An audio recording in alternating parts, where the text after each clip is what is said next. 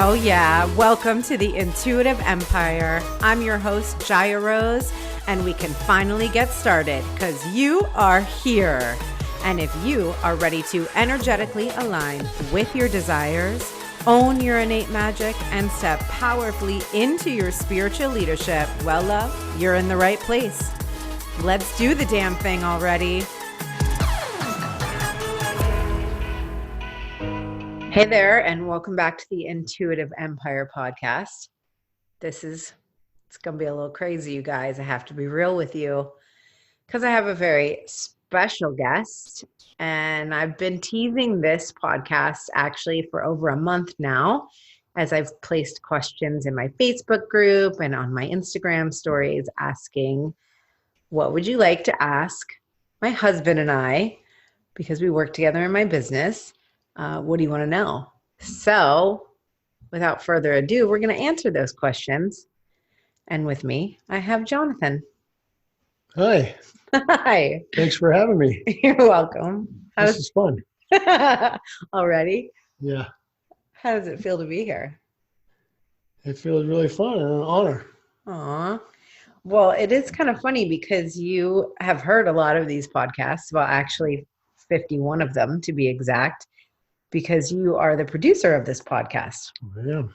That's true. So does it seem kind of strange to be on this side, or it's kind of surreal?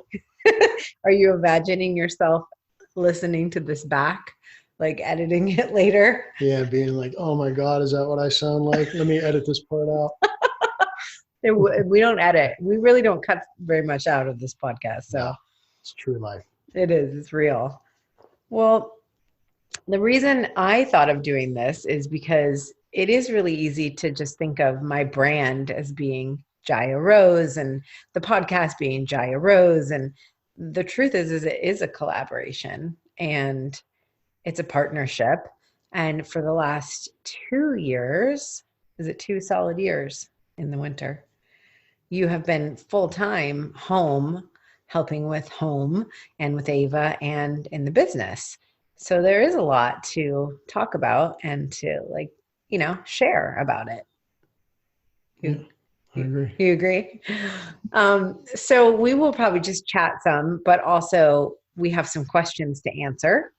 So I think what we'll do is we'll start by just answering the questions and then see, what happens after that. Does that sound good to you? That sounds great. Okay. All right. So here is question number 1. Who is in charge of what, and how did you determine that? So I'll let you take that one first, and then I'll go. So this is a business question, work inside the business? It seems like it. Okay. Well, you're the brains and the intuitive force behind the business. I mean, it is Jaya Rose. Mm-hmm.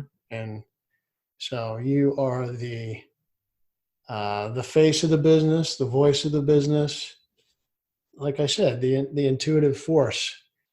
And I am the back end optimizer, builder, Mm-hmm. computer guy, tech helper guy. Mm-hmm. And Front and back end, kind of. That's kind of end. Yeah. We call you the. Oh, you're the front end, and I'm the back end. You're the. What do we call you? The back end specialist or something. Sure. It's kind of perverted. Okay. Anyway. Well, I didn't really think so. I thought okay. Well, we are not on the same page. What were you gonna say? Well, I think our skills just kind of help us determine who does what, because you're the intuitive voice and I'm the back end guy. And that's what I enjoy. I like building out things on the computer, and you enjoy connecting with and rising and lifting up all these like-minded women. And I think that's amazing. Mm-hmm. And we just kind of play to our strengths. Of course, I'm not going to be the one to speak to all these women and talk about my intuition when it comes to helping women, because that's just not what I do.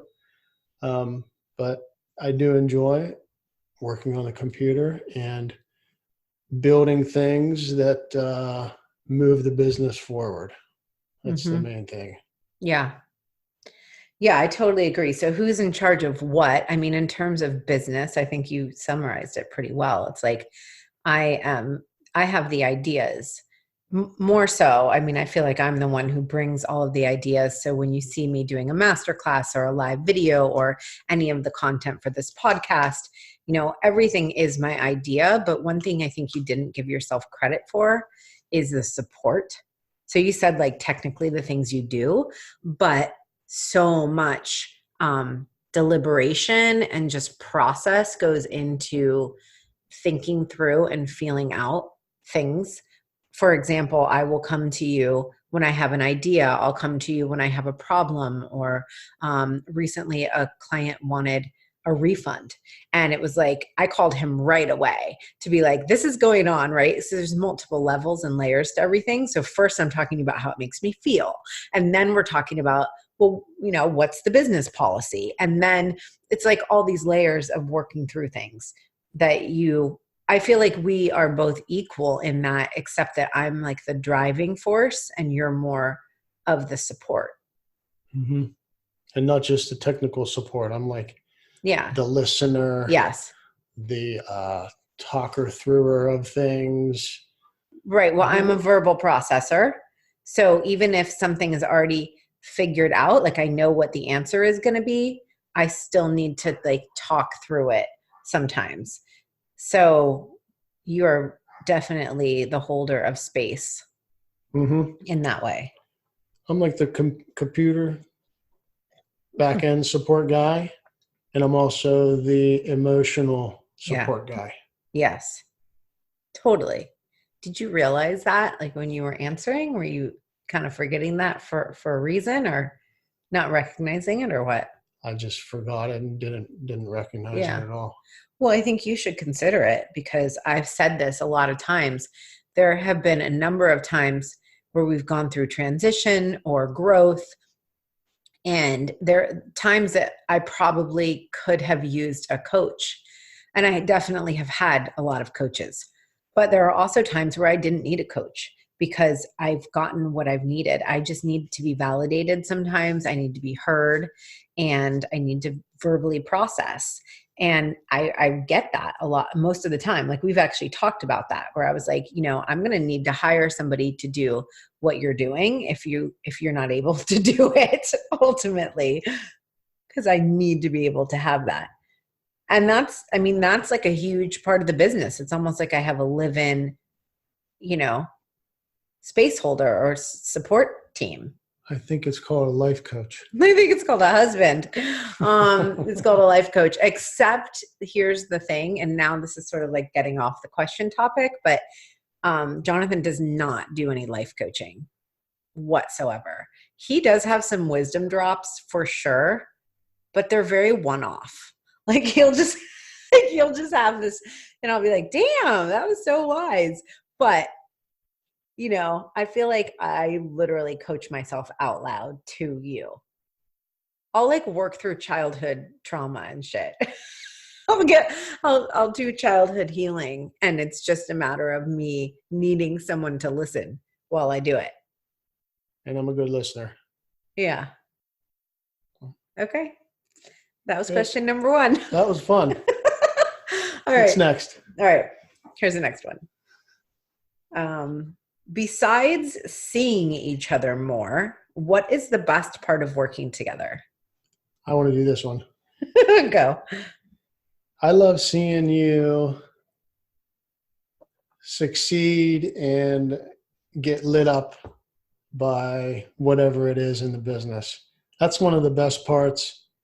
Actually being there, present when awesome things happen in the business, and just to see your bright smile and just feel your energy. That's one of the best things. Are you trying to get laid tonight?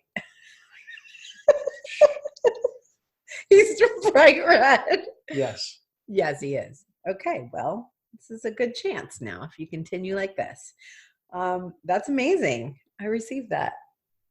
I feel like this question, when I read it and it was phrased this way, besides seeing each other more, that's pretty much my answer. I mean, I feel like the best part of working together is that we get to stay home. Like, we take Ava to school and we have the time, although we don't just spend the whole time together. It's very often that we're both doing our own things, but we do spend a lot of time together, and that works really well for us. So I do think that's a big part of it. And I also think that we do better when we spend more time together versus less time. And I will go up to him in the middle of the day. We have not been apart. Like, we've both been home all day, and I will just give him big hugs and kisses and tell him I miss him. We just kind of have that kind of relationship, I feel like. Yeah. Cute. Thanks. I'm not trying to be cute, but yeah. So, I mean, this is, if you have a relationship where you like to be together, then it is pretty cool to work together. Because we do spend a lot of time. It's like what most people, what is the average, or, regular life is like 40 hours a week. I don't think we work that much. So that's not the same as us, but still it's a lot of time. So it's cool that we get to be partners in it and spend this time together. Yeah.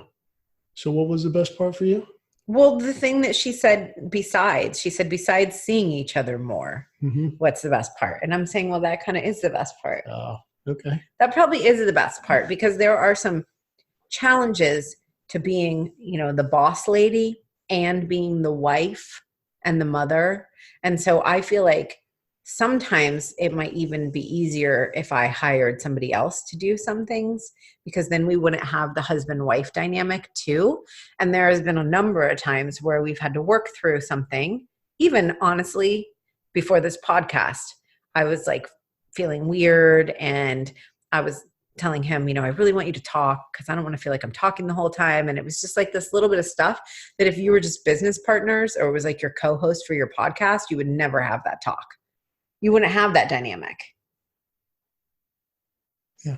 Right? So I feel like for me, in the position I'm in, where I'm kind of like the boss lady, it might not be easier that you're my husband. But the part that makes up for it is that we get to be together, and most of the time we do get along really well. Yeah. Agreed. Okay. Let's move on. All right. How do you keep business and your personal life separate? Should I take this one? You start. We don't at all. I mean, we don't have firm boundaries around this can't be happening then, or this. I mean, Jonathan's pretty easygoing. If he wasn't, he might want some boundaries around when I talk about stuff, because there are times where he comes home from tennis at 9:30, 10 o'clock at night, and like someone will have filled out the application for EMBODY, or something happened, or I'm having like a breakdown, and I never hold back. I'm never like, oh, I should wait till tomorrow. I'm just a very in the moment person. So it doesn't bother you when it's not 9 to 5, or I'm talking about things at, bedtime. I'm always up for it. Pretty much. Most of the time. I feel like there's some times where it's clear that you're not. And we've actually had this happen where I'm like, okay, this is what's coming up. I want to talk through this. It might even be on a weekend or something. And sometimes I'll just interrupt you and say, honey, I can't talk about this right now. Yeah. Give me 20 minutes, or let's wait until tomorrow, or something. Yeah. Yeah. That hasn't happened in a while, actually, but we really talked through it. So I guess it is sort of a boundary in some way. I mean, it's an agreement. And the agreement that we made was, if you aren't feeling ready and open and really available. Available is the big thing. Yeah. If you're not available for it, then please tell me that, because I'm always available, and I'm like a steamroller. It's kind of my personality. Sometimes when I'm very fiery. So it's like when the fire is blazing, not to say that's like, I don't mean that it's like anger or mean, but just like, I'm like, this is up, right? Like this is what's going on. I want to do it now. Yeah, I don't think with a business like this, there's not a lot of, it's a fine line between the business and the personal life, because this is a very personal business. Mm-hmm. You're giving, your heart and soul to your clients. You're speaking your heart and soul on your podcasts, on your live trainings and things. So there's not a lot of space between the business and the personal life, because a lot of it is your personal life, your personal feelings, your personal wisdom about things. So I don't think there is a lot of space between the two, and I don't think that there should be. Yeah. Yeah, that's so cool. I love that. I feel like it's kind of speaking to a new paradigm and like what is possible, a new type of leadership, a new type of business, because most people think of, oh, you're working for someone else, or, oh, your work isn't relevant to me whatsoever. So leave it at the office, leave it at home, turn it off. Right. But it's true, because I get content, like this is content. Right now, this is a Saturday afternoon. We dropped Ava off at my mom's and we're recording a podcast for you guys. This is work. It doesn't get any more personal than this. It doesn't get any more personal. It's so true. And I mean, I think maybe the question is really like, what is the difference between personal life and business? I would like to ask back to this question asker, because my business is personal, because I'm living my passions and I'm living what I believe is my purpose. And that there is no separation between personal and not personal in that way. And at the same time, there are relationships that need to be nurtured, and we need to have time where it doesn't matter if it's passion and purpose, there still needs to be other focus. Right? Like we are obviously, when you're obsessed over one thing all the time, which I kind of am, like not going to lie, I also will just shut my phone down and turn it off. And this is kind of where we were talking about, because we looked at some of these questions beforehand and we were talking about presence and how, maybe in this modern day of technology and so much stimulation all the time, so much opportunity to not be present, I feel like the mastery comes in being present and setting new intentions. So when I'm downstairs recording a podcast or on a live video or coaching clients or creating something, when I come back upstairs, is this opportunity to then be present. It's not about separating work from something else. It's about being in the moment with you, about connecting with you, or being there for Ava and looking her in the eye and listening to her. I feel like we have that choice all the time. Yeah. Yeah, we do. So I don't know. I would say maybe it's not about separating anything, and it's about just living how you live and being passionate about whatever you want, but also being mindful that really truly connecting with someone isn't about like dumping your passions on them all the time.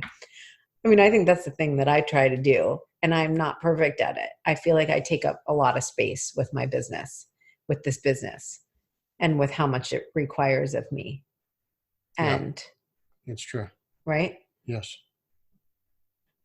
So I guess here's a follow-up question then. So that's just true. Let's say #facts. But then, so how do you still get your needs met? How do you feel like you're married to a woman, not just a life coach or a business owner?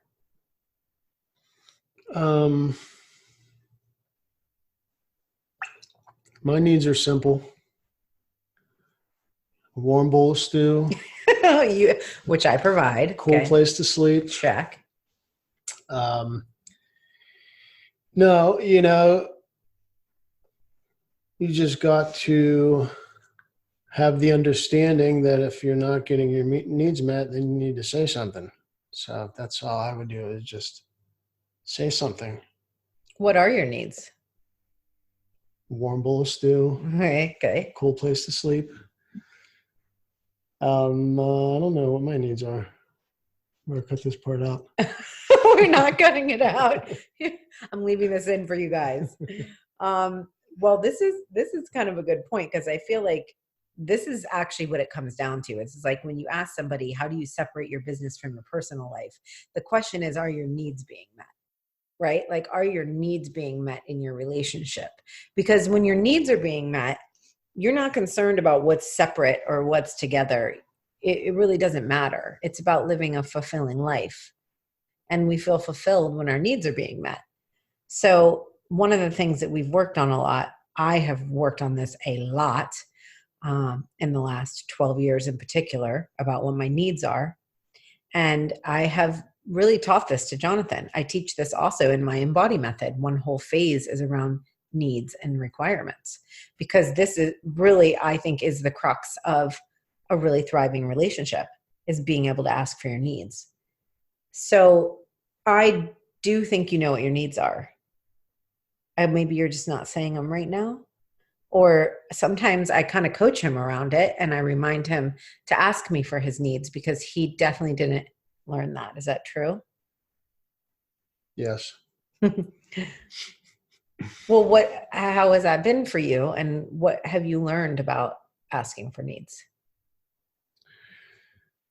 I just learned that it's okay to ask for needs. That's actually the best way to have them be met. Yeah. It's as simple as that. Yeah. But then I think that when you said, well, I don't know what my needs are, I mean, I think it's. Well, that's not true. I have a need for intimacy. I have a need for connection, physical connection, intimacy, time together. And I guess like 100% attention sometimes, not about the business, just 100% attention. Like, even if we watch a movie or something, it's like, let's just watch the movie. Like that kind of thing. Yeah. Also, I feel like something you need, and I don't know if this is true, but like physical touch, like nurturing. I feel like I do a lot of like nurturing, like petting your head and just like touching you, and know?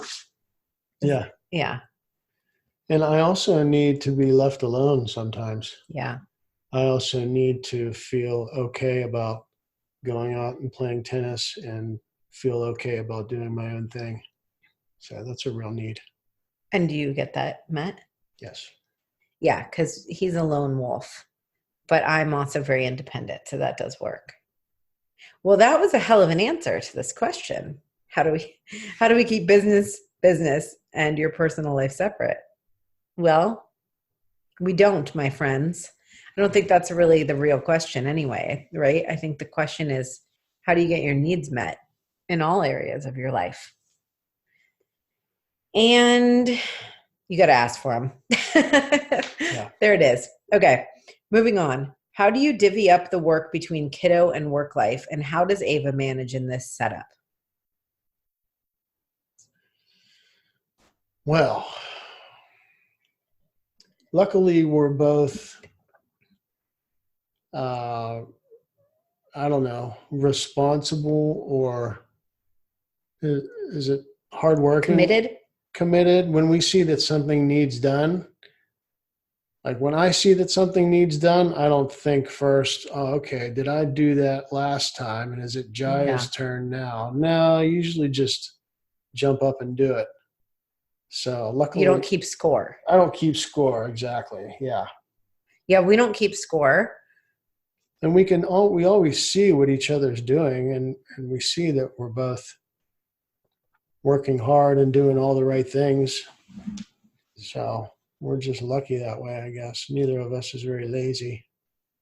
No, definitely not. But I feel like the divvying up, we kind of do have some understanding. So because I'm the brains and the intuition in the business, then it is really important for me to have focused time.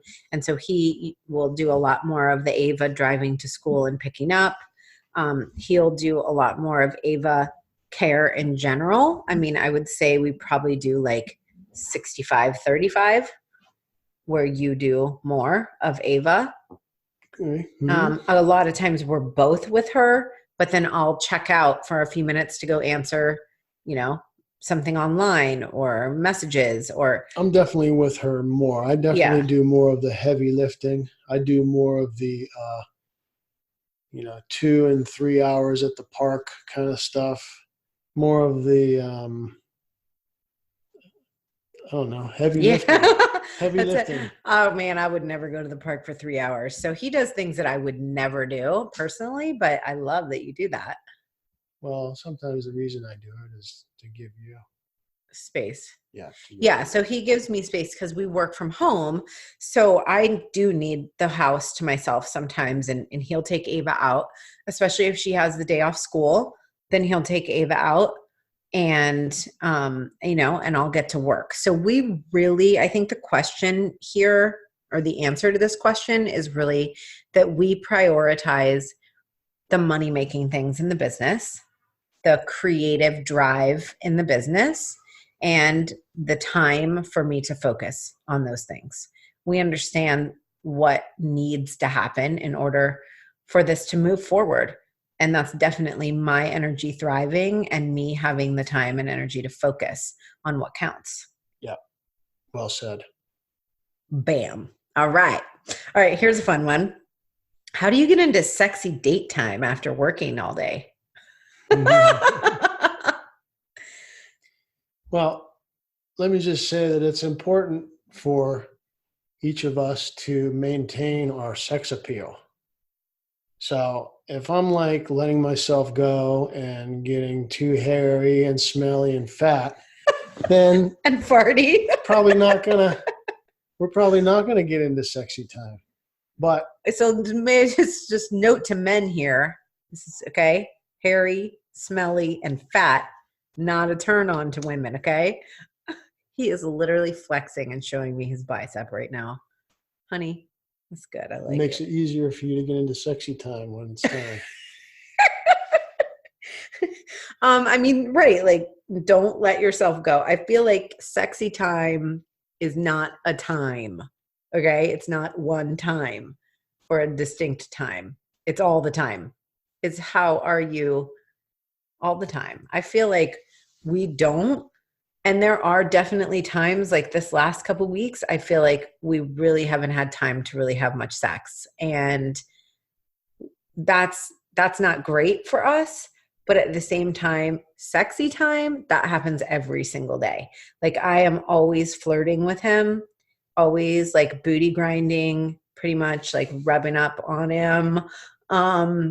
He's like whipping it out in the middle of the day, just have me look at it, which I don't understand this strategy because that really doesn't work for me. And he is very uncomfortable. It's okay, honey. Just give him the dirt. It's cool. It's cool. It's cool. Yeah, I mean, I think we're both, I don't know, I'm very attracted to you. Yeah, that's what I was saying at the beginning. Yeah. You were saying that I was attracted to you? Yeah. Okay. Yeah. And I'm attracted to you. Because we both maintain our shit. Yeah. Yeah. I mean, I try to like look presentable and I care. I also I think, yeah, I don't know if you can't get into sexy time with your partner, I feel like there's a few things that are happening here. Maybe you are not attracted to your partner, or maybe you're not open to your own sexual channel. Because I feel like it's both those things. Like you said, I mean, we both are like trying, for lack of better words, right? We're both like bringing that energy to the table that we want to be attractive to the other person. I feel like that's kind of where it starts. But then each of us needs to fill our own cups so that we can bring that energy and we can be attracted to each other. Yeah. Like you have your things. Yeah. You have tennis. Yep. You have, well, what do you have? Tennis. Working out in general, and just a couple other hobbies, too numerous to mention. Like even like yard work, I feel like you kind of like gardening and maintaining the house and stuff like that. Sure. Yeah. I'm not sure if you find that stuff sexy. I don't think that's what I mean, though. I mean, like you go do your own thing. I feel like when you have your own thing, that is sexy. Yeah. And I certainly do have my own thing, but I have my own stuff too, like meditation and my essential oils and going to the gym, working out in general, just keeping myself fit and healthy. I feel like keeps my own sexual energy flowing. And also we've discovered sex challenges. Well, this has been my idea. Okay, tell them what a sex challenge is. It's just, we say, okay, we're going to have sex 5 nights in a row. Yeah. And then that's the challenge. But we didn't do it. We said we were going to do it last night and that for 3 nights, and then we didn't even do it. Well, that's a failed challenge. You gotta go back to the drawing board. Back to the drawing board. If at first you don't succeed, try again. We also are open about it. And then listen, this is what are we coming up on? It'll be 8 years that we've been together, right? And married 7 years. Mm-hmm. Okay. So there have been times like when Ava was little, when Ava was first born, and we went from our first year of dating plus getting married, plus getting pregnant, plus Jonathan moving from California to be with me in Oregon. Okay, that's 1 year that all that stuff happened. We were really trying very hard to get to know each other, to please each other, to move our relationship forward. And we weren't like real. We weren't like that real yet. You know what I mean? Like to where you're like, okay, I'm kind of disappointed in this or I really want this thing. You kind of just don't do that during that time. But during that time, we did all the big things that couples do. Mm-hmm. So when we ended up then with a newborn, and then you really don't have sex for a while, it kind of did get a little rocky for a period of time where, I mean, I do remember you being like, come on, like, just touch it. And me being like, touch it? Are you kidding me? My boobs are like raw. We certainly had times like that where I remember a few years ago where I kind of laid down the law in a way where I was like, listen, I'm never going to want to have sex as much as you do. I just am not, because I have a cycle, you know, and I have a cycle, and that cycle calls for me to really want it and to not want it at all. It's just how it is. Now, some women might maintain their sexuality throughout the whole month, but not most women I speak to. And so what I do remember having this really big conversation around this and just telling him that I felt responsible for his satiation, like his sexual satiation, and that it made me feel kind of guilty and that I couldn't carry that anymore. And I really had to release that. Do you remember that? And how did I take it? I mean, I feel like things shifted after that. You listened. I don't think you knew exactly what I think what you were thinking at the time was, what does this mean? You know? This bitch is crazy. What does that mean?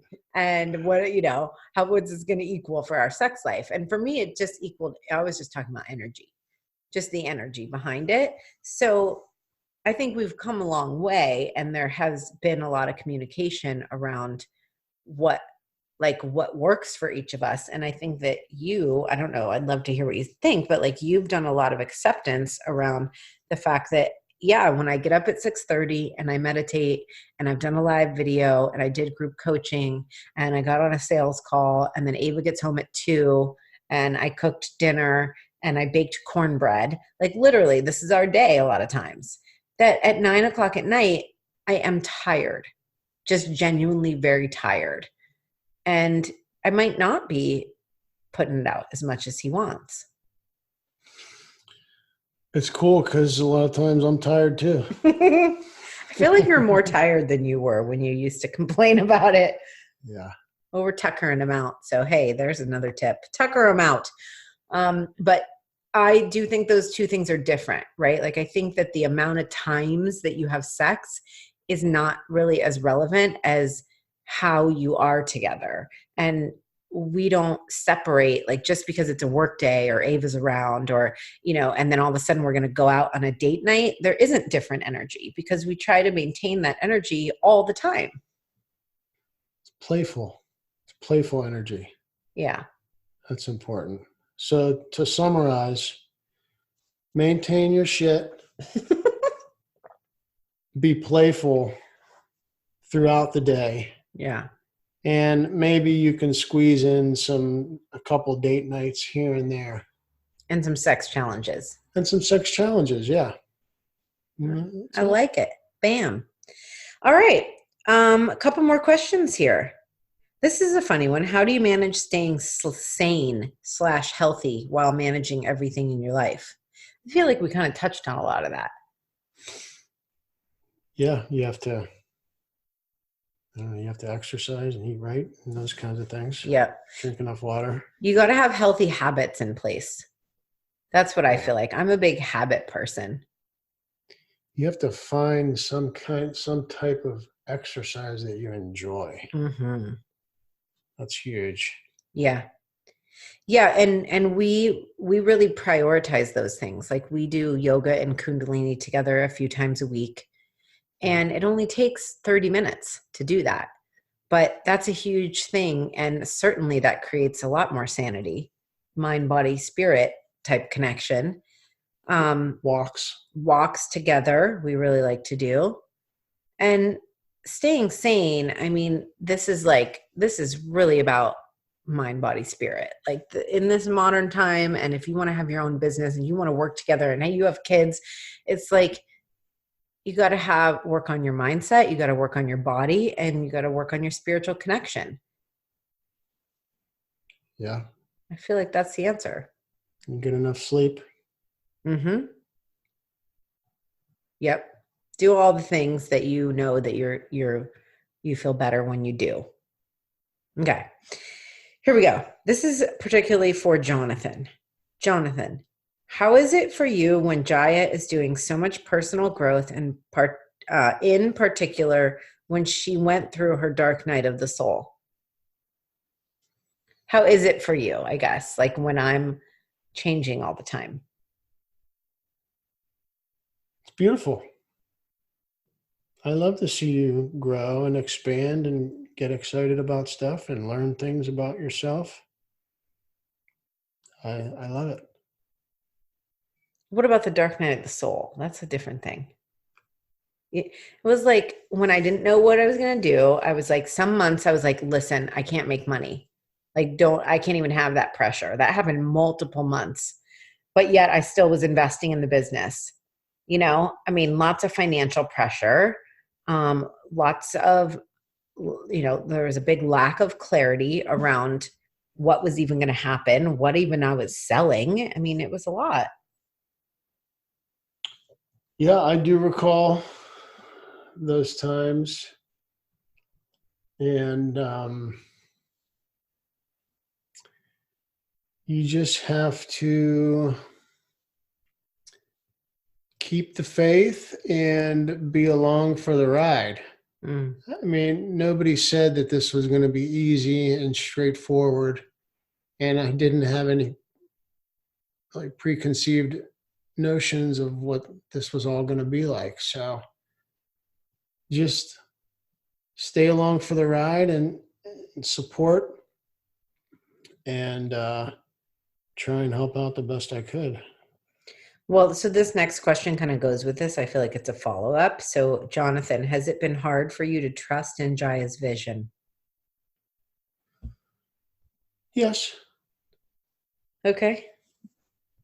Sure. I mean, a lot of these things, like I said, I'm not going to be the guy that's going to be the intuitive voice to help women rise and stuff. That's 100% your thing. And not that I dislike it or anything like that. I think it's beautiful. And I love to see you do this work. The question, okay. What was the question? Okay, so the question is, has it been hard for you, or is it hard for you to trust in Jaya's vision? Because it's not your vision, you know? Yeah, it has been tough at times. Okay, you're losing your mind here. You're losing your marbles. Okay? All right. I'm just going to start over. Okay. Okay, this is the follow-up question. Has it been hard for you to trust in my vision? Which, I mean, I think that's when I have a new idea or I'm like, okay, it's the embodied method. Like this is coming through me. And now I'm going to invest $6,000 in this program to teach me how to run this program and blah, blah, blah. Right. It's like so many things that are in alignment with my vision that just probably seem like ideas to you or risky things. Yeah, it has been difficult at times, for sure. However, I know the type of person that you are, and I see how you throw yourself into these ideas and these things that you come up with. So I just have faith overall that things are going to work out fine, and I don't get too worried about other stuff. So you just kind of have your own trust in life, is what you're saying. I do. Yeah. But then there also has been times where you were like, what? Another thing? What? This is happening? And not knowing. I mean, you've lost the faith a little bit here and there. For sure. But the thing is it's not, yes, I do work in the business and I work a lot in the business, but it's really Jaya's business. It's not my thing. Mm-hmm. So it's not my place to get all worked up and scared and nervous about things. You know? Yeah. Does that make sense? Well, it is really helpful. I do feel like this is something that a lot of women talk about, and on a lot of enrollment calls for EMBODY in particular, women will say, okay, yes, oh my gosh, I'm so in. And then they're like, oh, and it's almost like, dum, dum, now I got to go talk to my husband. And the thing that I tell them is that their husband is really wanting to protect them. So, for example, if I'm to come to you and say, okay, my next thing is this mastermind. It's $30,000. We're going to remortgage our home. This is what's going to happen. And I feel insecure about that. And I am nervous about it. I'm not believing in my own vision. Then your natural reaction is going to be to protect me from my vision. Right? Mm-hmm. And so this is what happens. This is the advice I always give women at the end of a sales call. I'll just say, you need to recognize that he is going to protect you from your own, from failing at the things that you're scared to fail at. So you need to come with total certainty, and then you need to ask him to support you. Mm-hmm. So I think that this is what we've done. I mean, I've mastered this, which is why it's advice I give for years now. I've known that I need to come, and you need to know my heart. Like if I tell you what I'm scared of, then you have an opportunity to actually step up and support me in that. And you don't need to support me in my fears around spending the money. You need to support me in my fears around not being good enough or fearing that I won't actually be able to follow through, because that's what's lifting me up. Right. Mm-hmm. And so I think a lot of men feel like they're helping to protect their woman. And I mean, this could happen in same-sex couples as well. So it even could just be looking at masculine, feminine roles in case this is applying to you. But, the masculine role is going to want to protect. And that means that as that feminine role, you have to be really powerful and certain in what you are bringing to the table so that the masculine isn't trying to protect you from what you're actually desiring. Nice. Did you know I give that advice? Yeah, I did. Yeah. I know everything. Does that feel right on to you? Yeah, it does. Yeah. And the other thing is that this isn't just some business. This is your life's work, your soul's calling, your purpose. Mm-hmm. So it seems, kind of, I don't know, presumptuous, or it doesn't seem right for me to get all nervous about you pursuing your life's calling, Yeah. I mean, come on. let people pursue their own life's calling, and don't get in the way with your own fears. Yeah. Boom. You're welcome. You're welcome. Goodbye. I mean, I feel like we answered all the questions. And is there anything that that felt like some final words there. Is there anything that you feel like we missed or you would like to say to the listeners who, they've been listening to the work that you've been editing and producing, and then also been here supporting me. So many people take a screenshot and put it on Instagram and have supported by sharing the podcast out, which, by the way, thank you. And so I don't know. Do you have anything to say to that? Yeah, I'm glad you asked. I just want to say that I love doing this work with Jaya. I love everything I do, including producing and editing this podcast every week. I hope everybody is loving it and looks forward to it coming out every week, because we both put our heart and soul into it. So I hope everybody enjoys it. Mm-hmm. Of course, that I hope that. And I also always ask and encourage you to take a screenshot, post it. If this served you in any way, I know that it will serve other women. And I think this one will serve a lot of men as well in your community. I think this would be a great one to listen to with your partner. And just to like keep the conversation going around growing together, I think is pretty cool. Right. So right on. Thank you for being here. I'll give you kisses and I love you. I love you. And we'll see you guys next week on the Intuitive Empire.